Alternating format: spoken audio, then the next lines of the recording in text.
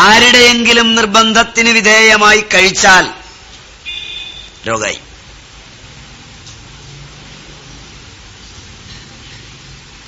ഇത് ഒരു വിഭാഗം.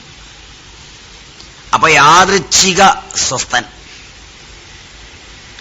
പഠനങ്ങളൊന്നുമില്ലാതെ ഈ നിയമങ്ങളെ അറിയുന്നു. ഭിഷക് പരിപാലിതനായ സ്വസ്ഥൻ,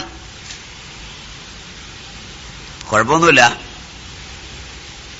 ആഴ്ചയിൽ ഒരിക്കൽ വൈദ്യന്റെ അടുക്ക പോവും, പരിശോധനയൊക്കെ നടത്തും, ആരോഗ്യത്തിന് വൈദ്യൻ കുറെ നിർദ്ദേശങ്ങളൊക്കെ കൊടുക്കും, ആ നിർദ്ദേശങ്ങളൊക്കെ അക്ഷരം പ്രതി പരിപാലിക്കും.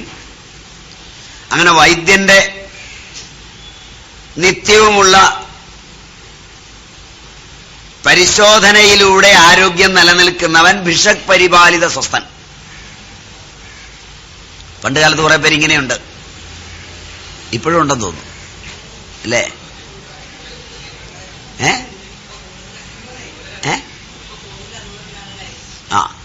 പോയി ഇടയ്ക്കിടയ്ക്ക് പരിശോധിക്കും. പക്ഷെ ഇപ്പൊ കൂടുതൽ ആളുകൾ അങ്ങനെയാണെന്ന് പറയാൻ മേല. ഇപ്പോഴും ഉണ്ട് കുറച്ചു പേർ. ഇപ്പൊ കൂടുതലുള്ളത് സ്വസ്ഥനായിട്ട് അങ്ങനെ ചെയ്യുന്നതല്ല, സ്വസ്ഥനായിരിക്കുമ്പോഴും മാന്യതയുടെ ഭാഗമായി പരിശോധന നടത്തുന്നതാണ്. പൗരാണിക കാലത്ത് ഭിഷക് പരിപാലിതനായ സ്വസ്ഥന് മരുന്ന് കൊടുക്കില്ല. മനസ്സിലായോന്നറിയില്ല. ഇന്ന് സ്വസ്ഥനും മരുന്ന് കൊടുക്കും. മനസ്സിലായോന്നറിയില്ല. BP ഒന്നുമില്ല, എന്നാലും ഇവിടം വരെ വന്നതല്ലേ. ഒന്നും കുറിച്ചു തരാതെ വിടുന്നത് എങ്ങനെയാ? 2 ഇരിക്കട്ടെ, എന്നെ വന്ന് കണ്ടതല്ലേ, വെറുതെ എങ്ങനെയാ ഞാൻ പൈസ വാങ്ങിക്കുന്നത്? അതുകൊണ്ടൊരു കാര്യം ചെയ്ത്, സാമ്പിളാണെങ്കിലും ഇത് മരുന്നൊന്നും അല്ല എന്നാണ് കമ്പനി പറയുന്നത്, എങ്കിലും ഒരു ടോണിക്കെങ്കിലും ഇരിക്കട്ടെ. ശരിയാണോ? അങ്ങനെയല്ലേ? അപ്പൊ ആ കഴിക്കുന്ന സാധനം ആരോഗ്യമുള്ളപ്പോ കഴിക്കുകയാണ്. മറ്റേ മുമ്പ് ഭിഷക് പരിപാലിതൻ എന്ന് പറഞ്ഞാൽ അവൻ മരുന്ന് കഴിച്ചിട്ടില്ല, പരിശോധന കഴിഞ്ഞ് കുഴപ്പമൊന്നുമില്ല, ഒന്നും കഴിക്കണ്ട, അതാ ഭിഷക് പരിപാലിത സ്വസ്ഥൻ. ഇടയ്ക്കിടയ്ക്ക് നോക്കും, എന്തെങ്കിലും കുഴപ്പമുണ്ടോ? ഒന്നും കുഴപ്പമില്ല. അപ്പൊ ഇങ്ങനെ സ്വസ്ഥന്മാർ 2 വിധമുണ്ട്.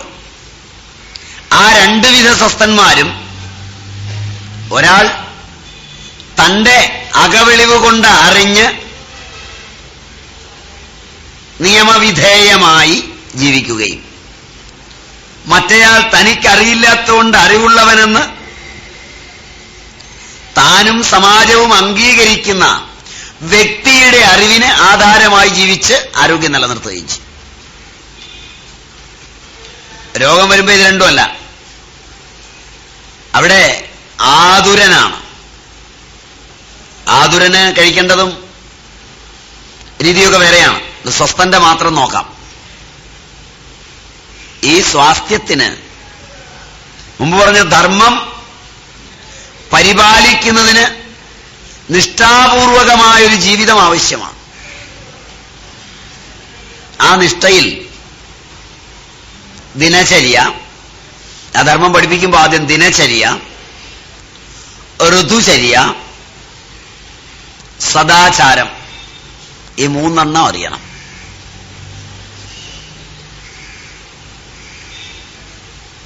ദിനചര്യ എന്ന് പറഞ്ഞാൽ ഓരോ ദിവസവും മുടങ്ങാതെ ചെയ്യേണ്ടതാണ് ദിനചര്യ. മുടക്കം വരരുത്.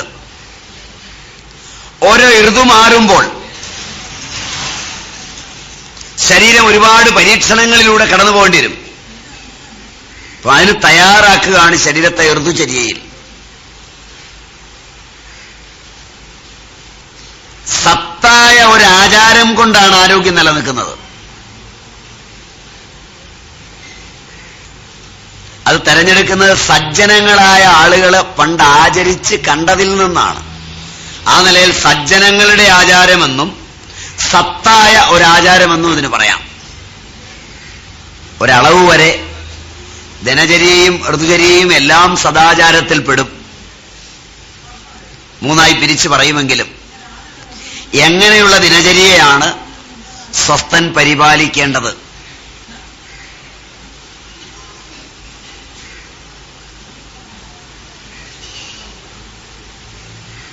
അതിന്റെ രീതികൾ എന്തൊക്കെയാണ്? ഒരു ദിവസം തുടങ്ങുന്നത് ഉറക്കത്തിൽ നിന്നുള്ള ഉണർവോടെയാണ്. എങ്ങനെയാണ് ഉണർന്നു വരേണ്ടത്? എങ്ങനെയാണ് ഒരു ദിനം ആരംഭിക്കേണ്ടത്? ആരോഗ്യം വേണ്ട സമൂഹം.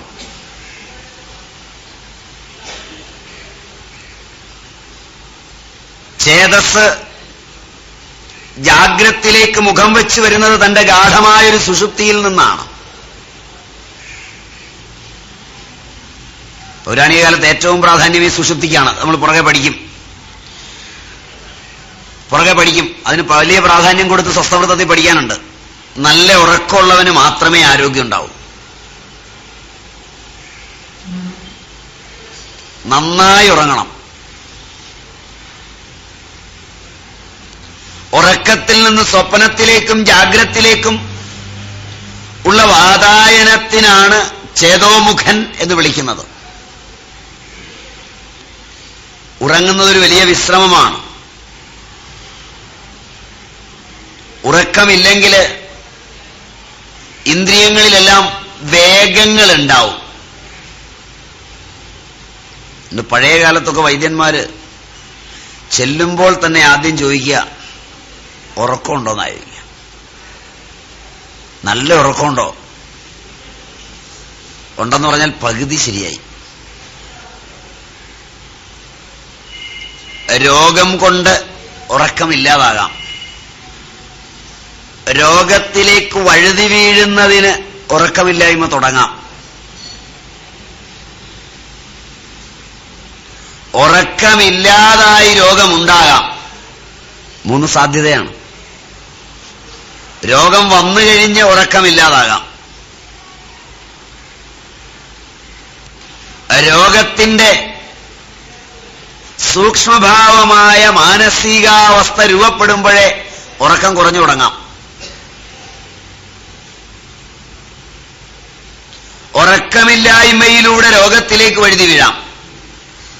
3 വ്യത്യാസമായി മനസ്സിലായോ എന്നറിയില്ല.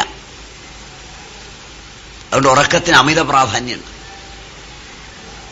നന്നായി ഉറങ്ങണം.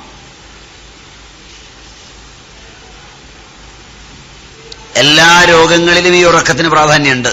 അത് നമ്മൾ ഉറക്കം പഠിക്കും. ഉറക്കം പുറകെ പഠിക്കാനുള്ളതാണ്. അതുകൊണ്ട് അത് അന്യത്ര ഉള്ളതുകൊണ്ട് അവിടെ വിടുകയാണ്. ഇവിടെ നമുക്ക് അതുകൊണ്ട് അതിന് ശേഷമുള്ളത് നോക്കാം. ഉറക്കത്തിൽ നിന്ന് ശാന്തമായി വേണം ഉണർന്നു വരാൻ. കുട്ടികളായിരിക്കുമ്പോൾ പ്രത്യേകിച്ചും ആരോഗ്യം വേണമെങ്കിൽ.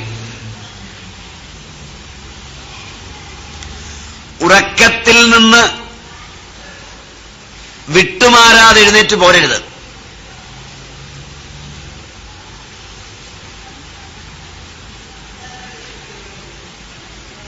എഴുന്നേറ്റ് വരുമ്പോ കുനിഞ്ഞു നോക്കണം.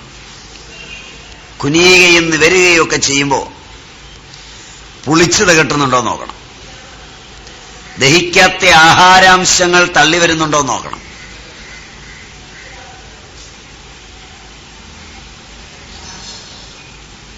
മൂത്രപുരീഷാദികളുടെ ശോധന സ്വച്ഛന്തമാകുമോ എന്ന് നോക്കണം.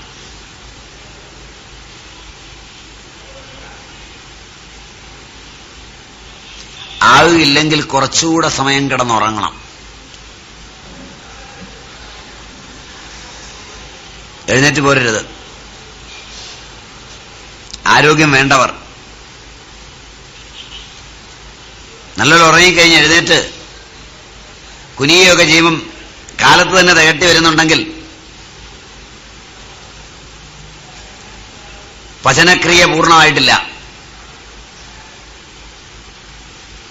അജീർണാവസ്ഥയിലാണ് ആഹാരം കിടക്കുന്നത്. അതുകൊണ്ട് ആകെ കുഴപ്പമാവും. പല്ല് തേക്കുകയും നാക്കുപടിക്കുകയും ഒക്കെ ചെയ്യുമ്പോൾ അവിടുന്ന് ആ പുളിച്ച സാധനങ്ങളൊക്കെ ഇങ്ങ് തള്ളിവരും. അതിലുള്ള ഉത്കടമായ താപം കൊണ്ട് കുടലിന്റെ മുകളിലേക്കുള്ള ഭിത്തികൾ പലപ്പോഴും പൊള്ളും. തീ തന്നെയായി സാധനം കയറി വരുന്നത്. തീ എന്ന് പറഞ്ഞാൽ ആസിഡ്, അസിഡിറ്റി എന്നാണല്ലോ നിങ്ങളതിന് പറയുന്നത് അല്ലേ? അവ കയറി വരും. അപ്പൊ അവിടെയൊക്കെ പൊള്ളലുണ്ടാവും. ചിലർക്ക് ഇവിടെ ഇരുന്നൊക്കെ എപ്പോഴും എരിച്ചിലുണ്ടാവും. അവിടെ പൊള്ളിയിട്ടാണ്. ഇപ്പൊ എൻഡോസ്കോപ്പി ഒക്കെ ചെയ്ത് നോക്കിയാൽ അവിടെ കാണാം പൊള്ളിയിരിക്കുന്നത്. ഇനിയിപ്പോ അതിന്റെ സൈഡിൽ നിന്ന് യാതൊന്നും വന്ന് ആഹാരത്തെ ദഹിപ്പിക്കാൻ വരില്ല. അവിടെ മുട്ടുമ്പോഴൊക്കെ വേദന തുടങ്ങും. കുറെ കാലം ഈ വ്രണമായിട്ടിരിക്കെ കരിഞ്ഞതും പൊരിഞ്ഞതും ഒക്കെ ആയ സാധനങ്ങൾ ചെല്ലുമ്പോൾ അവ മുട്ടുമ്പോൾ അത് മലിഗ്നന്റ് ആകും ആ വ്രണം. ഇപ്പൊ ക്യാൻസറൊക്കെ ഉണ്ടാവും. ഉണ്ടായി കഴിഞ്ഞ് ചികിത്സിക്കുന്നതിനേക്കാൾ നന്ന് ഉണ്ടാകാതിരിക്കുന്നതാണ്. അപ്പൊ അതിന് രാവിലെ ദിനചര്യയിലൊക്കെ വളരെ പ്രാധാന്യമുണ്ട്. രാവിലെ എഴുന്നേൽക്കുക. സൗരജീവിയാണ് മനുഷ്യനെന്നുള്ളത് കൊണ്ട് രാത്രിയിൽ തന്നെ ഉറങ്ങണമെന്നാണ് നിയമം. എന്നാൽ സാമൂഹികങ്ങളായ ചില കർത്തവ്യങ്ങളിലൊക്കെ പെടുമ്പോൾ വഴിയരികിലെ ബാനർ കെട്ടാൻ കുഴികുത്തുകയും വാൾപോസ്റ്റ് ഒട്ടിക്കുകയും അതൊക്കെ ഒഴിവാക്കാവുന്ന പണികളാണ്. അതിനൊക്കെ ഉറക്കളച്ചാൽ രോഗം കൂടും. കാരണം സമൂഹത്തിന് ഉപദ്രവവും കൂടെ ഉള്ളതായതുകൊണ്ട്.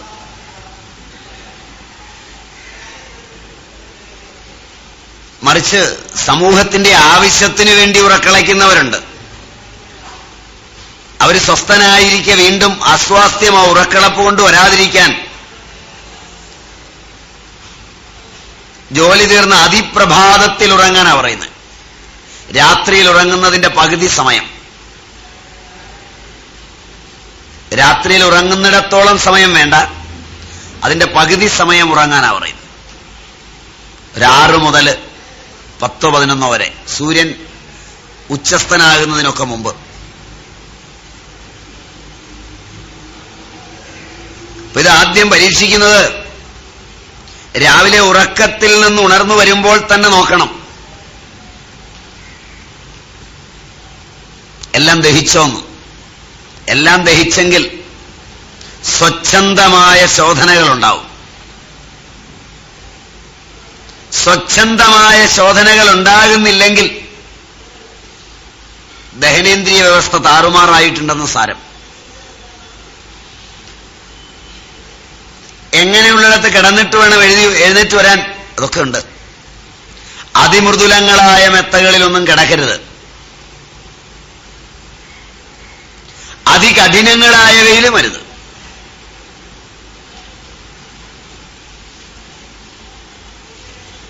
പങ്കകളുടെ കീഴിലൊന്നും കിടക്കരുത്.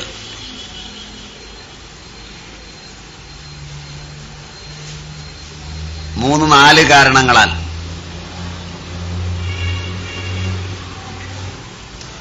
കാരണം ഈ പങ്ക നിങ്ങൾക്ക് തണുപ്പ് തരില്ല. തരുമെന്ന വിശ്വാസം അല്ലേ? അല്ലേ?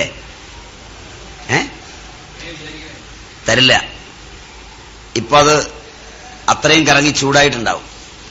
അതേ തട്ടുന്ന കാറ്റും ചൂടായിട്ടുണ്ടാവും. അത് മോളിലാണ് പിടിപ്പിച്ചിരിക്കുന്നെങ്കിൽ മോൾ എത്ര ചൂടിലാണോ ആ ചൂടേ വലിച്ചു തരുള്ളൂ. താഴെ തണുത്ത വായു ഉണ്ടാവും. ഫാൻ താഴേന്ന് മുകളിലേക്കല്ലല്ലോ കാറ്റിനെ തള്ളുന്നത്.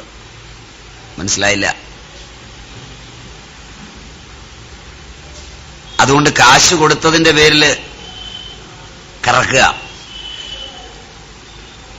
അതിന് തണുപ്പ് കിട്ടുന്നത് കൊണ്ട് കറക്കുകയല്ല. അഡ്വർടൈസ്മെന്റും നമ്മുടെ കാശും കൊണ്ട് നമ്മുടെ ബുദ്ധി വികലമായിട്ട് തണുപ്പുണ്ട് എന്ന് സങ്കല്പിക്കുക മാത്രമാണ്.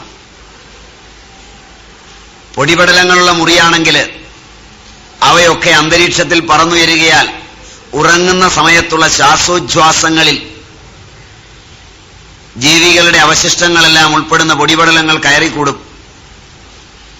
ഗാഢമായ സുഷുപ്തിയിൽ അവ പ്രാണനെ ബാധിക്കുകയാൽ രോഗിയായി മാറും. പുഷ്പം, പുഷ്പഗന്ധം, പൊടി, ജീവികളുടെ അവശിഷ്ടങ്ങൾ ഇവയെല്ലാം ചേർന്ന് ഉറക്കത്തിലും ഉണർവിലും ഈ കാറ്റിൽ നിന്നുണ്ടായാൽ അത് അസാൽമ്യജ കാസശ്വാസമെന്ന് പറയുമെന്ന് സുശ്രുതൻ.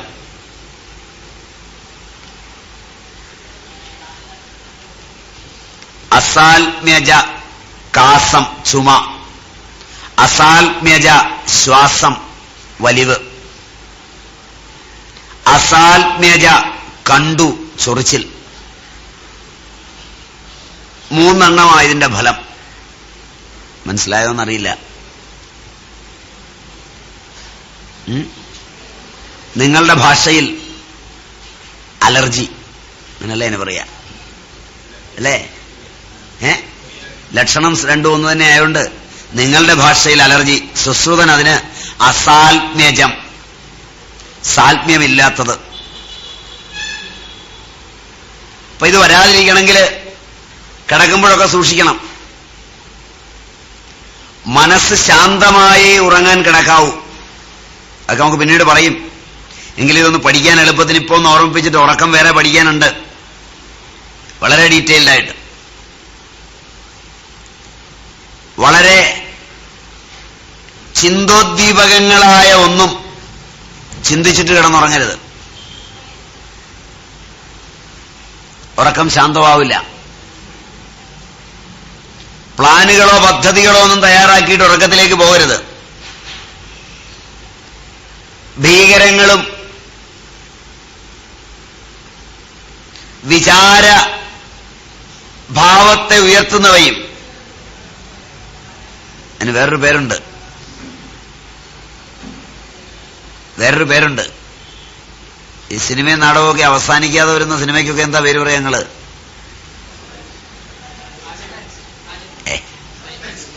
അങ്ങനൊന്നും അല്ലാത്ത വേറെ രണ്ടൊരു പേരുണ്ട്. അതായത് അനുവാചകന് ചിന്തിക്കാൻ ഇട്ടുകൊടുത്ത് കഥ തീരുന്ന കുറെ കഥകളുണ്ട്. തുടർക്കഥകളെല്ലാം. അതല്ലാതെ വിലാസിനിയുടെയും കാമുവിന്റെയും സാർത്രിന്റെയും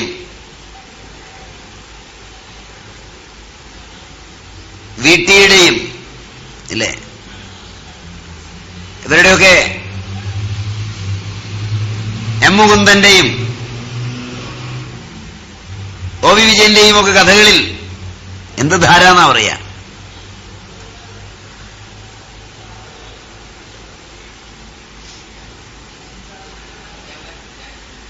വിചാര അങ്ങനെ ഒരു പേര് പറയും. എന്ന് പറഞ്ഞാല് കഥ തീരാതെ അനുവാചകന് വിട്ടുകൊടുത്തിരിക്കുകയാണ് എഴുതിയവൻ. ഇനി ബാക്കി നിങ്ങൾ ചിന്തിച്ചോളാൻ. അങ്ങനെ ഒരെണ്ണം കണ്ടുകഴിഞ്ഞ് ശ്രദ്ധാപൂർവം കണ്ടുകഴിഞ്ഞ് പോയി കിടന്നാൽ ചിലപ്പോഴെങ്കിലും കിടക്കുന്നവൻ ജാഗരക്ലിഷ്ടനായി അസ്വസ്ഥചിത്തനായി സാഗരം മെല്ല വിരിമണൽ മെത്തമേൽ താനേ തിരിഞ്ഞും മറിഞ്ഞും കിടക്കയാണ് ഈ നേരമൊക്കെ തുടിക്കും കരളുമായി എന്ന് ശങ്കരക്കുറുപ്പ് പറഞ്ഞ പോലെ കിടക്കും. മനസ്സിലായില്ല? ശങ്കരക്കുറുപ്പ് പണ്ട് മെഡിക്കൽ കോളേജിന്റെ കട്ടിലൊന്ന് കിടന്നു. അപ്പൊ കിടക്കുമ്പോ ചിലർ കാണാൻ പോയി, കുറുപ്പിനെ അറിയാവുന്നതുകൊണ്ട്. ശങ്കരക്കുറുപ്പ് വളരെ തീവ്ര രോഗിയായിട്ട് കട്ടിലിൽ കിടക്കുകയാണ്. അപ്പൊ അവിടെ ചെന്നപ്പോ ഇദ്ദേഹത്തിന്റെ തലയണയുടെ കീഴിൽ ഒരു പുസ്തകം കിടപ്പുണ്ട്. അതാണ് ഈ കിടപ്പിന് കാരണം. പുസ്തകത്തിന്റെ പേര് ശങ്കരക്കുറുപ്പ് വിമർശിക്കപ്പെടുന്നു എന്നാണ്. കേട്ടിട്ടുണ്ടോന്നറിയില്ല. കേട്ടിട്ടില്ല? സുകുമാർ അഴീക്കോടിന്റെ ഒരു പുസ്തകമാണ്. അതിനകത്ത് ചില വരികളൊക്കെ ഉണ്ട്. കുറുപ്പിന്റെ ഉറക്കം കെടുത്തുന്ന വരികളാണ്. കുറുപ്പിന്റെ കവിതയ്ക്ക് ഒരു അടിക്കുറിപ്പ് വേണ്ടാന്നും മറ്റും എഴുതിയിരിക്കുന്നത്. ഇപ്പൊ കുറുപ്പ് ഇത് വായിച്ച് അസ്വസ്ഥനായിട്ടാണ് മെഡിക്കൽ കോളേജിൽ അഡ്മിറ്റഡ് ആയത്. ഈ കാലഘട്ടത്തിലായിരിക്കണം അദ്ദേഹത്തിന്റെ ഒരു കവിതയും വന്നു. ആ കവിതയിലെ വരിയാ മുമ്പ് ചൊല്ലിയത്. ജാഗരക്ലിഷ്ടനായി അസ്വസ്ഥ ചിത്തനായി സാഗരം മെല്ലെ വിരിമണൽ മെത്തമേൽ താനേ തിരിഞ്ഞും മറിഞ്ഞും കിടക്കയാണ് ഈ നേരമൊക്കെ തുടിക്കും കരളുമായി. കവിതയുടെ വിഷയം സാഗരമാണ്. സാഗരം വിരിമണലാകുന്ന മെത്തമേല് താനേ തിരിഞ്ഞും മറിഞ്ഞും കിടക്കയാണ് ഈ നേരമൊക്കെ തുടിക്കും കരളുമായി. കവിയുണ്ടെന്ന് തോന്നുന്നു ഇതിനകത്ത്, അല്ലേ? അപ്പോ ഇങ്ങനെയുള്ളതൊക്കെ കണ്ടിട്ട് കിടന്നു കഴിയുമ്പോ നമ്മളെ അത് കൊണ്ടുപോകുന്ന ഒരു ഏലിയൻ ഹൈറ്റ്സിലേക്കാണെങ്കിൽ ഉറക്കമുണ്ടാവില്ല, ദഹനവും ഉണ്ടാവില്ല.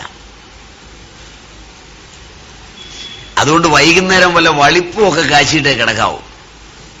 സീരിയസ് ആയിട്ടുള്ള ഒന്നും കാണുവോ പഠിക്കുകയൊന്നും ചെയ്തെന്നാണ് ഇത്തരക്കാർ പറയുന്നത്. ചെയ്യണോ വേണ്ടോ എന്നൊക്കെ നിങ്ങൾ തീരുമാനിക്കണ്ട. ഇതിൽ ശരിയുണ്ടോ എന്നുള്ളതും നിങ്ങൾ ആലോചിച്ച് നോക്കണ്ട. ശരിയുണ്ടാകാം, ഇല്ലാതിരിക്കാം. ഇതൊരു സ്റ്റേറ്റ്മെന്റായി മാത്രം തൽക്കാലം എടുക്കുക. അങ്ങനല്ലേ നല്ലത് പഠിക്കാൻ. നിങ്ങളൊക്കെ അങ്ങനെ ചെയ്യണം ഒന്നുമല്ല. പണ്ടുള്ളവർ അവര് ജീവിതത്തെ കണ്ട രീതിയിൽ ഇങ്ങനെ കിടന്നിട്ട് എഴുന്നേറ്റ് വരുമ്പോഴും വളരെ സീരിയസ് ആയിട്ടൊന്നും അല്ല ഏറ്റു വരേണ്ടത്. ഹൃദയത്തോടടുത്ത് വേണം എഴുന്നേറ്റ് വരാൻ, ബുദ്ധിയോടടുത്താകരുതെന്നാണ്.